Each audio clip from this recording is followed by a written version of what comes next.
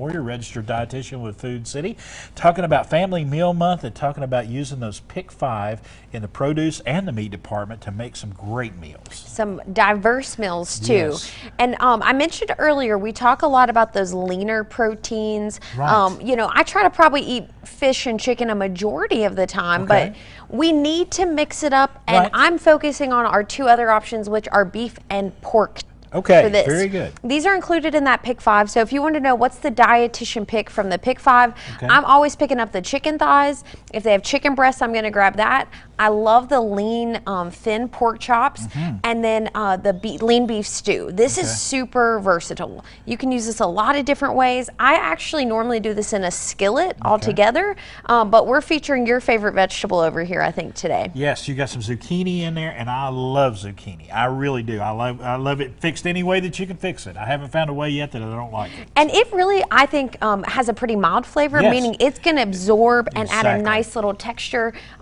This is, again, in that Pick 5. I just sauteed these up. I actually cooked and seared my meat first. Okay. And then I used the fat that was rendered from that to actually saute my zucchini and squash with a little Very bit of nice. olive oil. Yes. Again, we're just going to use herbs and seasonings that you might have on hand. While I was doing this on the stovetop, I was roasting potatoes in the oven. Oh, very good. Traditionally, if I was serving you at my house, I would have just combined that all in there together. Yeah, exactly. Super simple to do that with that cast iron. I do think the cast iron, in terms of making a family meal happen, that's my #1 Oh, tool yeah. I'm using in the kitchen, Absolutely. I'd say. And of course, you know, meat and taters. You can't go wrong. Right, and it's Yeah. still a little lighter take from doing like a steak because we're using that lean beef. Right. This is also going to be rich in zinc and Okay. iron. So as we don't emphasize red meat as much, there is a place for it in our diet. Absolutely, So yes. incorporating that probably a couple nights a week for your family meal. And again, we're still using those same core items from that Pick 5, Right. but we're giving some more versatility, which is what's fun about it, I think. And you've got some,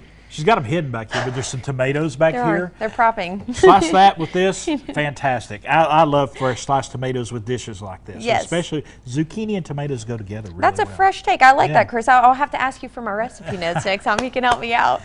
Now let's go over here because I think a lot of folks, you know, when you can go to Food City sometimes and they have those whole pork loins and you can take them back there and they'll slice them for you. Yes, they will. And I love to do a whole pork loin in Excuse the me. oven. Absolutely.